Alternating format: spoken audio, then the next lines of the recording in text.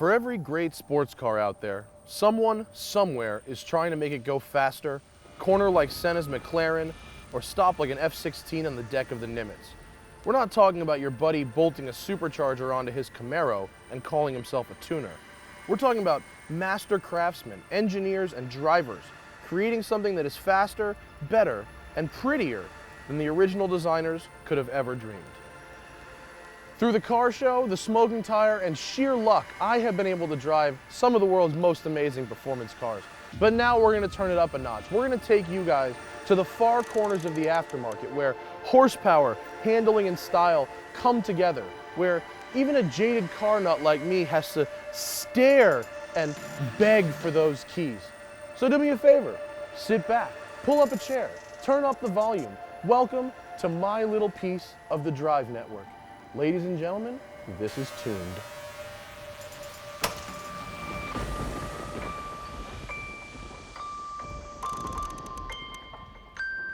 Here at BBi Autosport, these skilled craftsmen turn ordinary into extraordinary, make the already fast go even faster.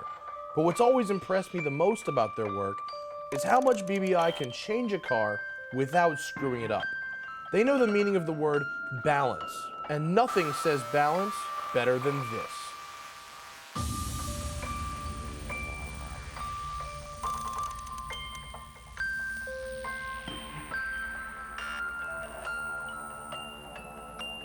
BBi's Porsche 911 Turbo S.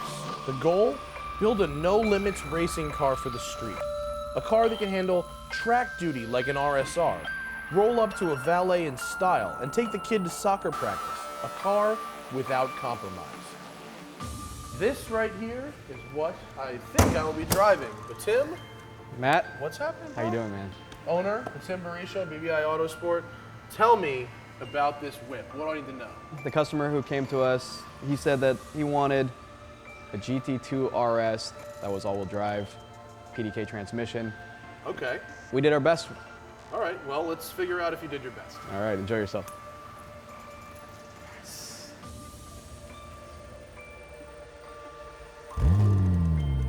First things first, Porsche runway. We're gonna see what she's got. All-wheel drive, so of course launch control is now active. And go. It kicks you so hard, it's so nutty. God, does this thing just go. That was 130 right there. Wow. God, it's got so much power.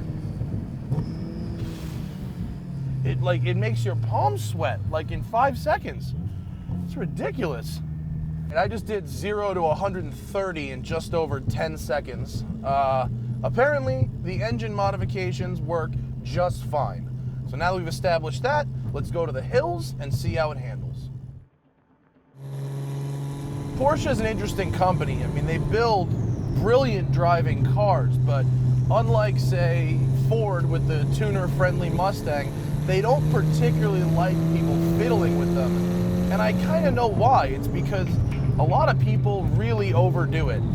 And fortunately, what we seem to have here is a car that has been done, but not overdone. This car is all about the balance. It's got more power than stock, yes, but it's also got the brakes, chassis, and suspension to back it up. Furthermore, it's not like someone has tried to build a full-on race car for the street. This is a street car for the track, and that's why we've chosen this particular location to drive it. It's a beautiful canyon road, lots of twists and turns, lots of elevation change, but if you can't tell, it's bumpy. With the Olin shocks, you think that when you put stuff right off a race car, it's gonna be really stiff, but every time I've driven a race car, I've been surprised at how unstiff it actually is. People often confuse stiff a stiff riding chassis with sporty, you know, and like, oh, my car must be better, it's stiff. However, that could be very counterproductive. You know, when we tune the suspension and Öhlins tunes what they do, everything is just super compliant, and you just feel that the car is connected to the road. You know, you don't feel like it's going to skip over bumps or anything like that. So we went with Öhlins triple adjustable race dampers because they're the best of the best, and with the racing background that we have here, you know, we only put the best components, you know, in the cars, the best brakes, the best suspension, you know, so Öhlins was a no-brainer. How's the suspension holding up to the bumpy roads? I gotta say it's pretty good. I mean, the car's lowered, so you do have to creep over driveways and stuff like that. But overall, yeah, I would say that it rides about the same as the GT3 RS I recently drove, which for a street legal race car is pretty damn good. I mean, I could daily drive this car and not want to kill myself, so that's something.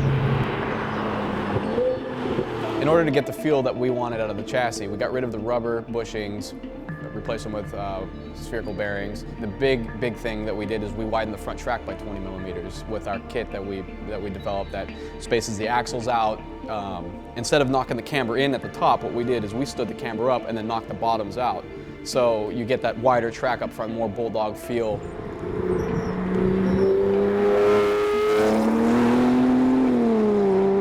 The funny thing is, this car, because of its suspension geometry, has a wider front track than stock.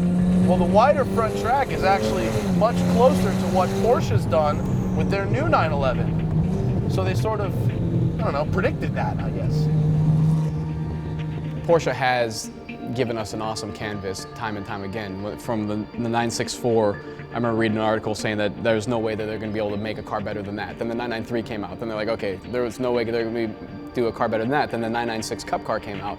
And so the progression's getting better. If you ask Jared or Dave, our mechanics, they see that the newer the car becomes, you can see the thought process of how easy it is to work on. It gets easier, it makes more sense. However, they're making it harder for us to tune. They're coming out with such great packages that you've got a stock 911 now that will outperform some of our tuned cars from the past, you know, and with that you have better reward, but also it's a bigger challenge to not compromise what they've already done. What I really love the most about this car, though, other than it being a complete package, is that there's really very little compromise. Other than being lower, the practicality of it isn't really affected at all. You can still cruise on the highway comfortably.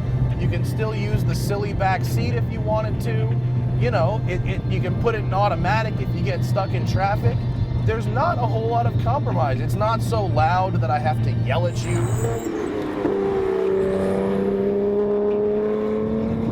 One of his real goals were that he didn't want something like, as you see on the lifts, a full race car. He wanted to be able to drive this thing every day. The biggest thing that we did with achieving that is our exhaust system doesn't drone in the cab. It won't wear you out on a 5-hour drive, as this car does a lot. The customer's original goal was more horsepower, but you have to build a complete car.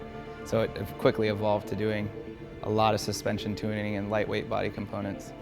We are down 120 pounds in weight and up 130 horsepower at the crank on pump fuel.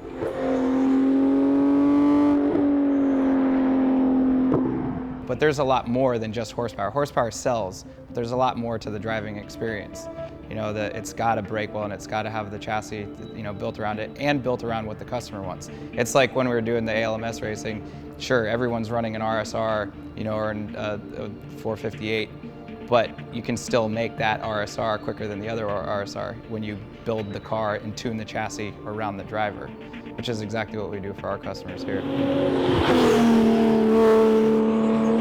You can tell these guys have their background in motorsports because horsepower isn't everything. You know, a car is like a woman, and it's like horsepower is a cup size, you know what I mean? You get a standing mile Supra, 1,500 horsepower, there's your double Ds. And that's like me saying to you, well, what do you like in a woman? Well, I like double Ds. Why? Because bigger is better.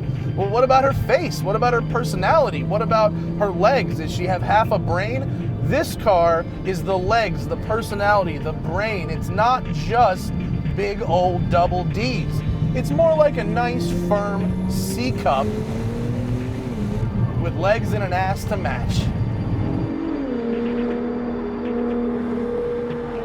We don't build cookie cutter cars. Usually when a new customer comes to the shop, we interview them and see what their goals are and see what they want to achieve. If it's suspension tuning, I'm not going to tell you what you want. I'm not going to sell, you know, components, because I can quickly sell you $20,000 worth of stuff, but that's not exactly what they need. You know, we start with making it more predictable and settle the back of the car down, because that's usually the problem, and then get more aggressive from there. But first it's predictable and safe, and you get a lot of enjoyment from that. Same, you know, when it comes to power, we could sell you a 4.2 liter GT3 turbocharged engine if you want, but that's not for everybody. You know, it's what are your needs, what are your goals, and how can we fit that into your budget? You know Matt's big old goofy smile that he has and that laugh, he's gonna have that, I guarantee it. This Turbo S is gonna be a treat. He'll be giggling, as I know you have giggled when it comes to driving fun cars. Something like that. I mean, you need lawyers on speed dial for a car like this. I mean, this is one of those real good jail time cars, you know, where you get caught having a little fun, jail time.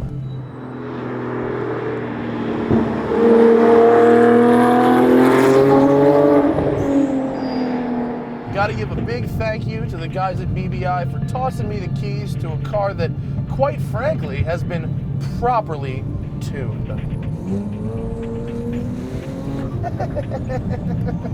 Boost. I love Boost. Well, from me, Tom, Thad, Zach, and Dan, we'd like to thank you guys for joining us on the season premiere of Tuned right here on our little slice of the amazing Drive Network. And support us, please. Come to thesmokingtire.com, check out all our other videos, our written reviews, and our, frankly, arrogant articles. Until then, I'm Matt Farah, and you've been watching Tuned right here on the Drive Network. My hands are doing something stupid there. Asshole.